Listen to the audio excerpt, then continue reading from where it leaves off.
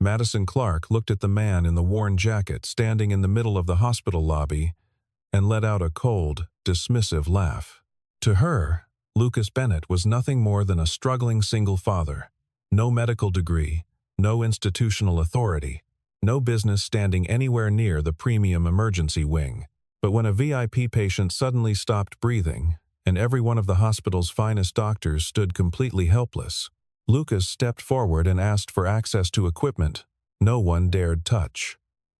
Madison reached for security. Then, in just a few minutes, the entire hospital went dead silent. If you believe a person's worth is never determined by appearances, stay with this story all the way through. Street Aurelia Medical Center stood at the northeast edge of the city, its glass exterior catching the pale morning light like something designed to be admired from a distance. It was the kind of hospital that published its accolades in the lobby, framed certificates and donor plaques filling the walls with the language of excellence.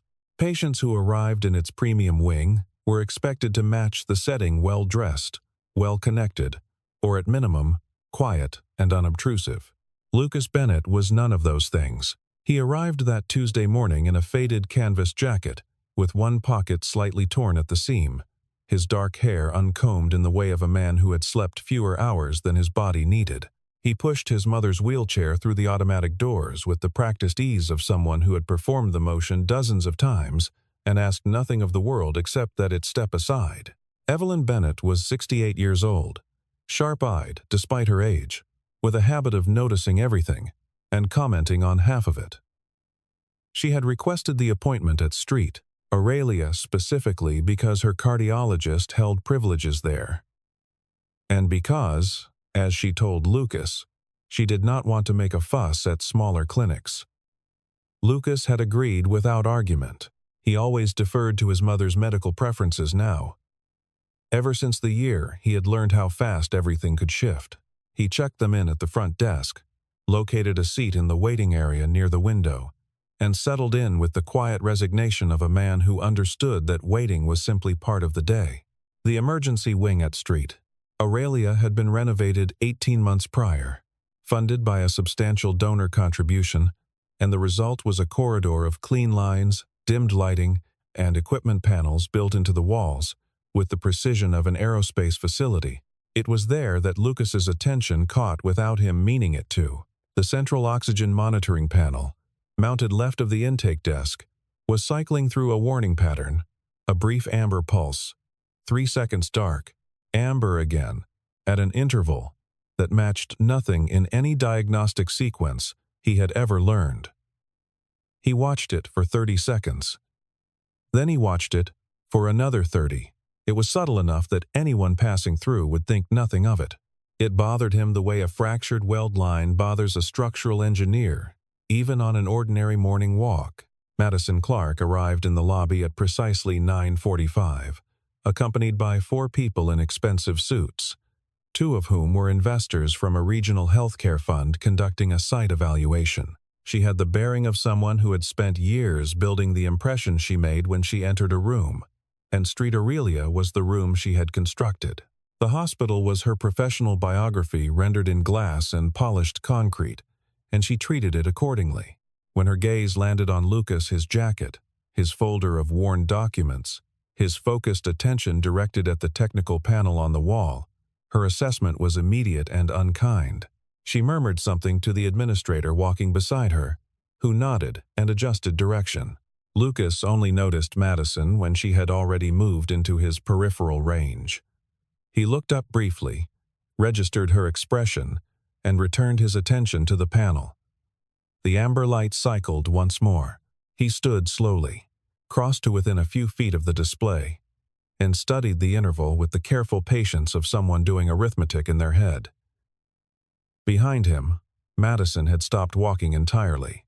She watched him with the particular irritation of someone who has spotted a disruption before it has fully declared itself. He turned and addressed the intake desk in a measured, unhurried voice, the voice of an engineer describing a condition, not a person trying to draw attention.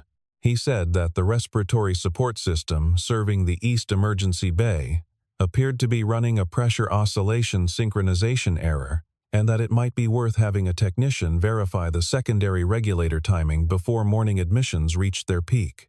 Then he returned to his mother's side and sat back down, folding his hands in his lap. The room did not quite stop moving, but something shifted in the air. A young technician near the far desk looked up from his clipboard. Dr. Adrian Cole, who happened to be crossing the lobby toward the elevator, paused for half a second. Madison, however, had already decided what she was looking at. She walked toward Lucas with the deliberate composure of someone exercising restraint they feel they should not have to exercise. She told him this was a private facility and asked who had authorized him to be in this section of the lobby. Lucas explained that no one had. He was simply waiting while his mother completed her check-in.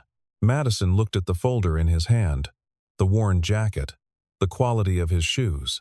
She told him, with no particular effort to lower her voice, that the hospital's technical systems were maintained by a certified team of professionals and that uninvited commentary from people without medical or engineering credentials was neither helpful nor welcome. She emphasized the word credentials as though it were a door she was locking with some satisfaction. Lucas did not argue. He looked at his mother, who was watching the exchange with the composed expression of someone who had witnessed this kind of thing before and trusted it to resolve itself. He turned back to Madison and said only that the issue he had described was not in the indicator light itself, but in the oscillation cycle of the pressure regulation, a distinction that suggested familiarity with the system's internal logic rather than its surface display. Then he said nothing more. Madison Clark stared at him for a moment with the expression of someone who has been handed a sentence they do not intend to translate. She told him to remain in the designated waiting area and moved on. The amber light on the panel behind her cycled again, quiet and patient, in the empty corridor. What happened next was not provoked by any new behavior from Lucas. He had returned fully to the waiting area, his attention on his mother, his posture undisturbing. It was Madison who created the scene, and she did so in front of 12 people, which was 10 more than necessary. She had been briefed by her administrator that the man near the intake panel had again been observed studying the technical display, and she had decided that the situation required a clearer resolution. She came back through the lobby with 2 members of hospital security and a confidence that belonged to someone who had never had to reconsider a first impression. She announced, in a voice calibrated to be heard without technically shouting, that an unauthorized individual had been repeatedly approaching restricted technical systems, and that the matter needed to be addressed. Several nurses stopped. A family seated near the window looked up. Lucas rose from his chair slowly and faced her without alarm. Evelyn stayed seated, watching her son with the careful stillness of someone who knew exactly what kind of weight he was carrying. Madison said that she did not know where Lucas had acquired his interest in hospital equipment, whether from a manual or a video, or simply from spending too much time in waiting rooms, but that she needed him to understand this was a facility staffed by trained professionals, not a place for untrained civilians to play at diagnosis. She asked, with the smile of someone asking a question they already consider answered, where he had studied medicine, what certifications he held, what exactly gave him the confidence to keep staring at equipment that had been installed and certified by engineers with actual qualifications. Lucas absorbed this. He did not look away from her, and he did not change his expression. Behind him, Evelyn was very still. A passing nurse had slowed near the doorway. The young technician from the far desk had drifted closer without quite committing to proximity. Dr. Adrian Cole, returning from a separate call, came to a stop in the corridor and watched. Lucas said quietly that he understood she had no reason to take his word for anything, and that he was not asking her to. He was asking her to have a qualified technician verify the secondary pressure regulator on the respiratory support unit serving the East Bay, because the oscillation timing he had observed was consistent with a valve desynchronization failure, and if that was what it was, it would not announce itself loudly. before it caused a problem. He said this without performance, without elevation of pitch, without any of the signaling that comes from someone trying to win an argument. He said it the way a person recites a checklist item they have checked off 1,000 times. Madison looked at him as though he had just recited the checklist in a foreign language. She told him that if he refused to confine himself to the designated waiting area, she would be forced to have security escort him out of the building entirely, his mother's appointment notwithstanding. She paused to let that land. Then she turned to the two security officers and gave them a brief instructional nod. Evelyn said nothing. Her hands were folded in her lap. Her son was already turning back toward his chair. And then the alarm sounded. It came from deep inside the East Emergency Wing, a sustained, three-tone alert in descending pitch that everyone in a medical facility learns to recognize before they can say what it means. Red level event. Patient in acute distress. It cut through the lobby the way such sounds always do, rearranging every face in the room in an instant. Samuel Whitmore was 63 years old, a man whose name appeared on plaques in 4 different hospital corridors in 3 different cities, and who had been recovering in Street Aurelia's VIP recovery suite following a complex cardiac procedure performed 22 hours earlier. He was, by any measure, exactly the kind of patient this hospital had been designed to prioritize. His family had a private waiting room. His attending physician had check-in protocols that bypassed standard intake. He had been, by all accounts, stable. He was no longer stable. His oxygen saturation had dropped 14 points in under 3 minutes. The alarms were building on one another in overlapping cascades, and Dr. Adrian Cole was already running. The team that converged on Samuel Whitmore's suite in those first minutes was among the strongest Street Aurelia had to offer.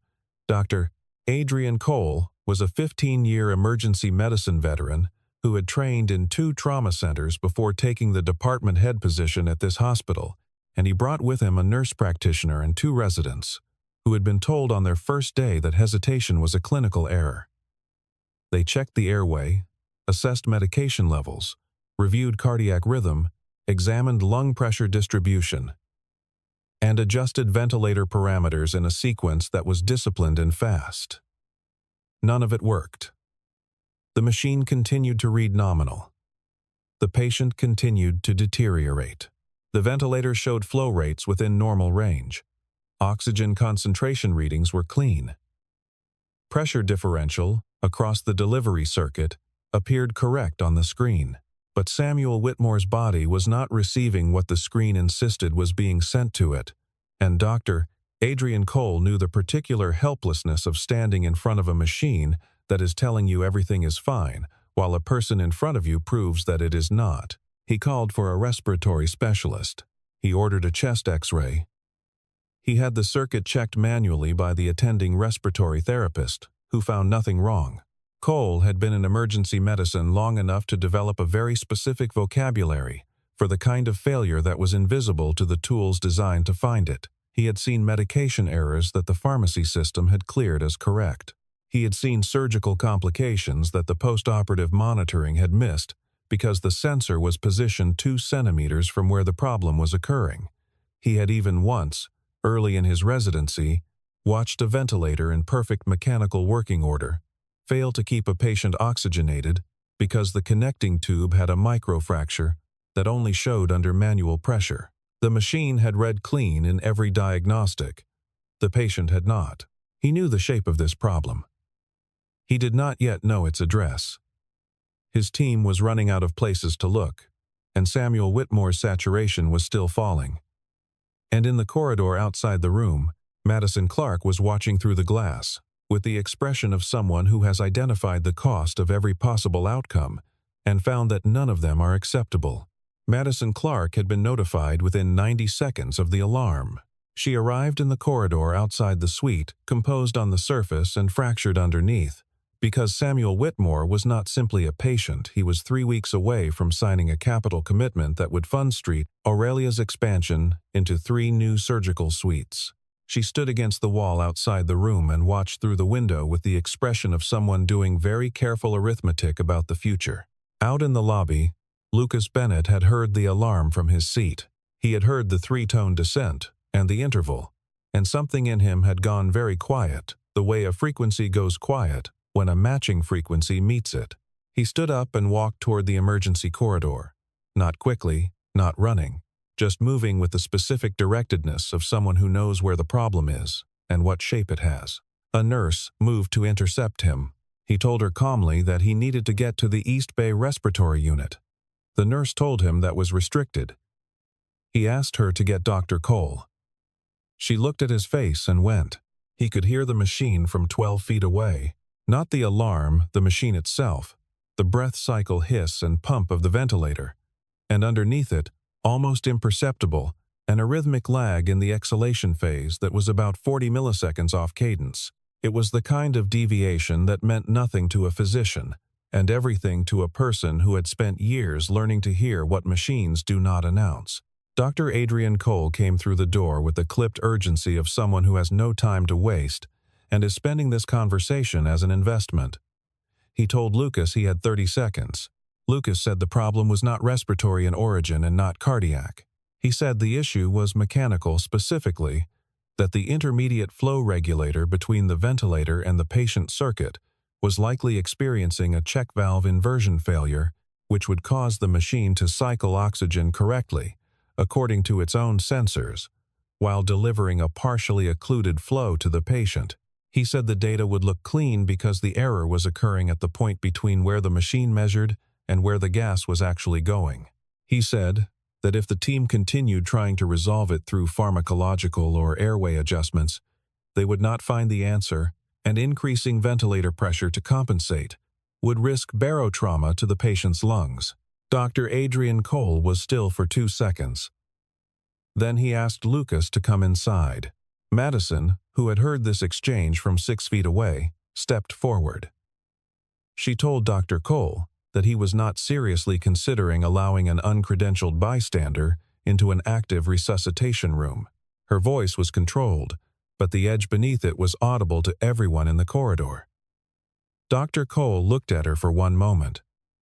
Then he looked at Lucas. Then he held the door. Lucas did not have the movements of a physician. He did not approach the patient, did not touch the lines, did not examine the chart. He went straight to the machine. He studied the connection housing at the junction between the primary circuit and the intermediate delivery segment, asked for a flashlight, and leaned in close to the assembly with the focused attention of a person reading a language printed very small. Then he straightened and said he needed a half-inch disconnect tool, a spare segment of corrugated flex tubing from the supply cart. And 2 minutes. Behind him, Evelyn had been brought to the hallway entrance by a nurse, who had somehow understood that she needed to be there. She watched her son from the doorway, with her hands folded in her lap, and said nothing. Madison was standing near the wall, with the expression of someone who has placed a bet they cannot take back. She had publicly humiliated this man 30 minutes ago. She had called security. She had questioned his ability to understand a warning light. And now he was standing inside her most critical patient's room, touching her most sophisticated equipment, and the most decorated physician on her staff had allowed it, and she had no mechanism left to stop what was already in motion. If Lucas was wrong, she faced consequences she could not fully calculate. If Lucas was right, she faced a different set of consequences she could not fully calculate. She pressed her back against the wall and watched. Lucas worked with a quietness that had nothing theatrical about it.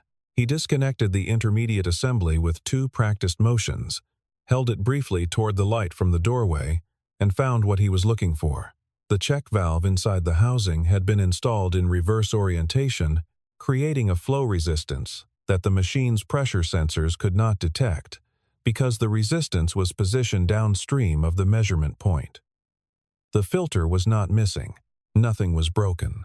It had simply been put back the wrong way during the most recent maintenance cycle, and the error was invisible to every diagnostic the machine was capable of running on itself. He took the flex tubing, fashioned a temporary bypass around the compromised housing, secured the connections with practiced efficiency, and told Dr. Adrian Cole to take the ventilator off automatic and switch to manual bag ventilation for a count of 8, while the circuit pressure equalized. Cole did it without hesitation. Lucas counted aloud in an even voice. On the count of 8, he said to return to automatic at the previous settings. Cole switched it back. The room was completely silent. Every person in it was looking at the same thing, the saturation monitor on Samuel Whitmore's bedside panel. The number sat at 70. 1. Then it moved. 73. 76. 79. The alarm tone dropped from sustained red to a single yellow pulse. 82. 85. Cole leaned over the patient, watched the chest rise in the new rhythm, and put 2 fingers to the wrist. He stood up slowly without turning around. Lucas had already stepped back from the machine. He was standing with his hands at his sides, watching the monitor with an expression that was not triumph. It was something quieter, the expression of someone who has done a necessary thing and now wants to go back to the waiting room. The silence in that room lasted long enough for it to become its own kind of statement. When Dr. Adrian Cole finally turned around, he looked at Lucas with the focused intensity of a man reclassifying something. He asked, quietly, who he was. Not in the administrative sense he had the intake record, but in the other sense. The sense that the question was really about the gap between what he had assumed and what he had just witnessed. Evelyn answered from the doorway before Lucas could. Her voice was steady and without drama. She said her son had been the lead development engineer on the first-generation emergency respiratory support systems for military field medicine, and that he had left the field after an accident that took his wife from him, and that he had not set foot inside a hospital in nearly 4 years until today. She said this not as a biography, but as a correction the kind a person makes when they believe the record needs to reflect what actually happened. Lucas did not look at his mother. He kept his eyes on the monitor, where Samuel Whitmore's saturation was climbing toward 91. The room absorbed what Evelyn had said, the way a room absorbs something that rearranges the furniture without moving any of it. Cole asked Lucas directly, then, to fill in the parts Evelyn had left out. Lucas was quiet for a moment.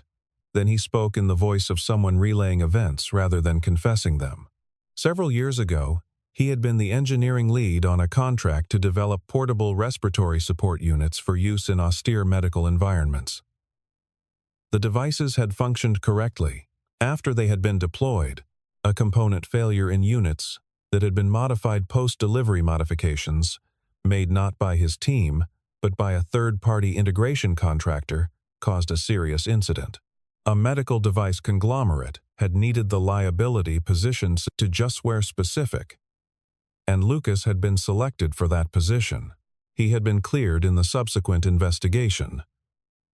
But the clearing had been quiet, and the accusations had been loud. And in the time between the first and the second, he had also lost his wife to a hospital complication that had nothing to do with his work, and everything to do with why he could no longer be inside these buildings without thinking about what machines get wrong when no one is looking that closely enough. He had not returned to the industry. He had taken his daughter to school every morning and picked her up every afternoon and done consulting work that kept him far from clinical environments. He had not told anyone who he was when he had seen the pressure oscillation warning that morning. He had not wanted to be noticed. He had only wanted the warning to be heard. Cole listened to all of it without interrupting. When Lucas finished, Cole was quiet for a moment. He had spent 15 years in emergency medicine and had developed the ability to read a person's relationship to loss, not through what they said, but through the pace at which they chose to say it, the particular care they took with the parts that still carried weight. Lucas spoke about his wife the way a person speaks about a place they can no longer visit, not with bitterness, not with sentimentality, but with the precise and careful economy of someone who has learned to carry the distance without pretending it does not exist. Cole did not press for more. He simply said that he was glad Lucas had been in the building that morning, and that he understood now why he had been watching the panel. Madison Clark, who had been standing against the corridor wall throughout this, was no longer carrying the composure she had arrived with. She had heard everything. Her mind was running calculations she did not want to run, and the first of them was not about liability or press management or the investor standing 2 rooms away trying to decide what today meant for the capital commitment. The first calculation was simpler and worse. She had looked at a man and decided what he was worth in under 3 seconds. And she had been as wrong as it was possible to be. The second calculation was about the maintenance contractor. She knew the name. She had approved the contract 8 months ago because it had come in 30% under the competing bids, and because the timing of the hospital's financial review had created a pressure to find savings wherever the optics allowed. She had not personally reviewed the technical compliance checklist. She had signed the approval and moved on. She had not thought about check valves or oscillation cycles, or the downstream distance between where a sensor measures and where a gas actually goes. She had thought about the numbers in the column. Now she was standing in a corridor outside a room where one of those numbers had almost stopped breathing, and the man she had threatened with removal from the building was the reason he had not. It was Dr. Adrian Cole who found the maintenance records. He and Lucas spent 2 hours in the equipment room the following morning, pulling binders and cross-referencing installation logs against the service reports from the contractor's visits. What they found was methodical and damning in the way that institutional failures usually are. Not dramatic, not conspiratorial. Just a series of small corners cut by people who had been told, implicitly, that cutting corners in the right places was a form of efficiency. The contractor's technicians had serviced 6 units in the East Bay over the course of 3 visits. Documentation had been filed, signatures had been obtained, and the checkbox beside each service item had been marked complete. But a junior technician on the second visit, working under time pressure to clear the bay before VIP admissions began, had reassembled the intermediate flow regulator housing on Unit 4 in reverse. He had done it quickly. He had not noticed. He had filed the report. No one had reviewed the work against the original specifications because the hospital's own quality assurance process had been suspended during the renovation transition and had not been formally reinstated. A hospital technician named Derek Moss had submitted 3 internal maintenance flags over the preceding 6 weeks, noting anomalous readings on the East Bay units. 2 of them had been returned with a notation that the issue was within acceptable variance. The third had not received a response. Derek had been 22 years old and in his first year of employment, and he had not escalated, because his supervisor had already told him once that the VIP wing's launch timeline was not something that accommodated equipment holds. Lucas read Derek's flagging notes carefully. The language was tentative, the language of a young person who does not yet trust their own perception, who hedges every technical observation with qualifiers because they have not yet been given permission to be certain. But the readings were accurate. Every anomalous data point Derek had flagged was a real deviation. He had been seeing the same thing Lucas had seen in 30 seconds. And he had been seeing it for 6 weeks, and the system had taught him to doubt himself instead of the equipment. Lucas set the notes aside and said nothing for a long moment. Cole watched him. They both understood that what was sitting on the table in front of them was not primarily a maintenance failure. It was the record of what happens when the people closest to a problem are systematically discouraged from trusting what they can plainly see. Lucas and Cole sat across from each other in the equipment room with this spread between them.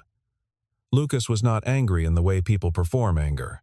He was quiet in the particular way of someone who has seen this shape before, who knows that the line between a near miss and a tragedy is not competence but luck, and that institutions tend to learn this only after the luck runs out. Madison Clark called the board meeting herself.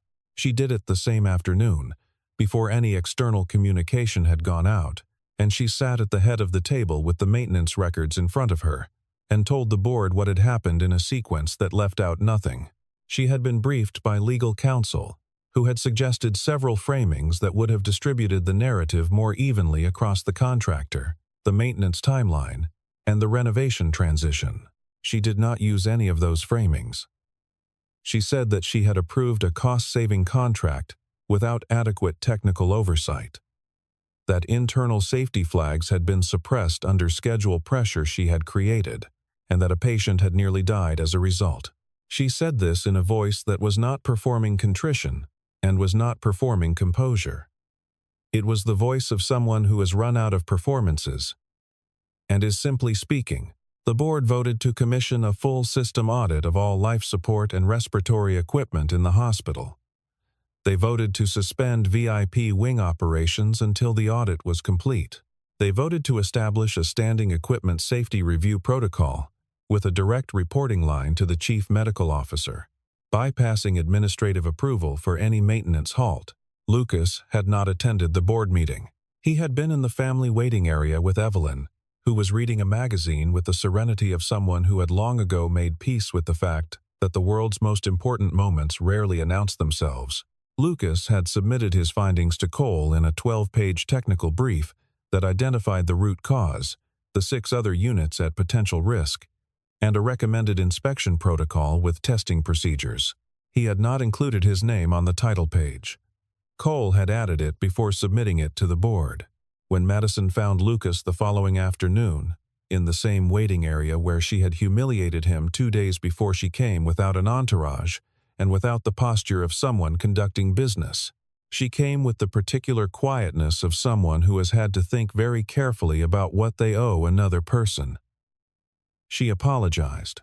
She said that she had made assumptions about him based on things that had nothing to do with who he was, and that those assumptions had nearly cost a man his life, and that she was sorry. She said it, looking at him directly, without the hedged language of institutional liability. It was not a polished apology. It stumbled in the middle. She paused once and pressed her lips together and started again. Lucas listened. Evelyn watched from her chair with the expression of someone deciding whether a thing is real or performed. Lucas let the silence hold for a moment after Madison finished. Then he said that he accepted the apology. He said that he believed she meant it.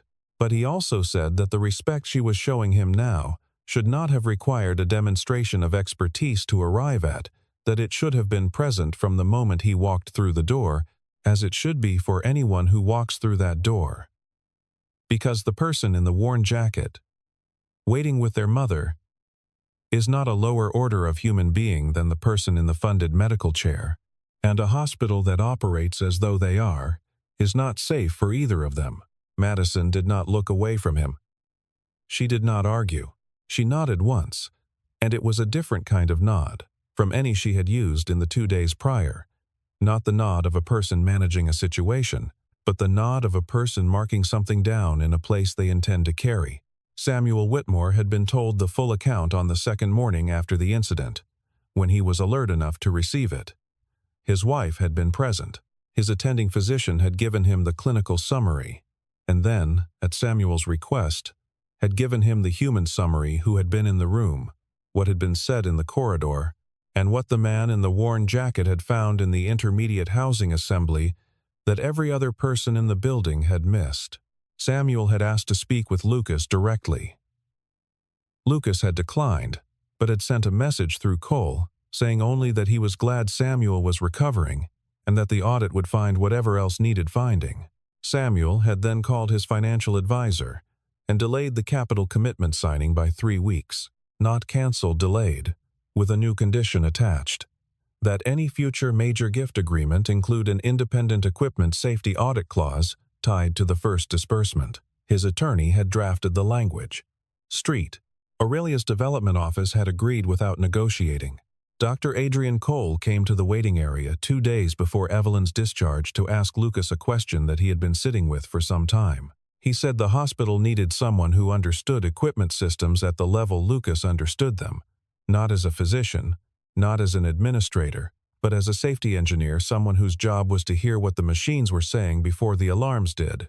He said it with the directness of a man who has identified what he needs and is not going to dress it up. He asked Lucas if he would consider a consulting position. Part-time, structured around his schedule, focused on equipment, risk assessment, and incident protocol development. Lucas was quiet for a long time. He looked at his hands. He looked at his mother, who was reading again, or pretending to. He had been in this building for 4 days and had not once passed through its doors without feeling the weight of everything he had walked away from, not just the career, but the version of himself that had believed the work was worth the cost, before the cost had become something he could no longer afford to pay. Evelyn was the one who spoke into the silence. She said simply that not coming back had not kept him from bringing what he carried everywhere he went anyway, and that a person's history does not wait at the door of the places that remind them of it. She said that whatever he had lost in this industry, he had not lost the thing that mattered. And she tilted her head very slightly toward the corridor where, 2 days ago, a monitor had climbed from 71 to 91. While a room stood still, Lucas agreed to a trial period. He set one condition. He said that any safety flag raised by any member of the hospital's technical or clinical staff, regardless of seniority, regardless of timeline pressure, regardless of whether the concern came from a credentialed physician or a 22-year-old technician in his first year, had to receive a documented response within 24 hours.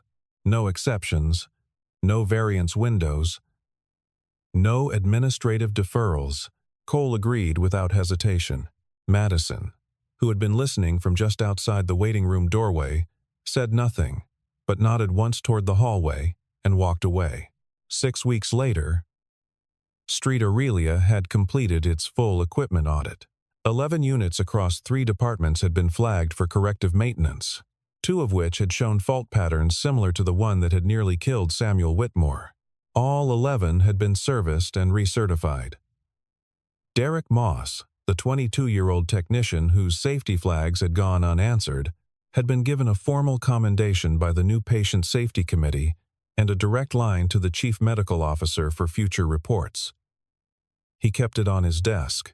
Madison Clark had changed in ways that were visible to people who had known her before. She still walked the hospital with purpose, but the quality of the purpose was different.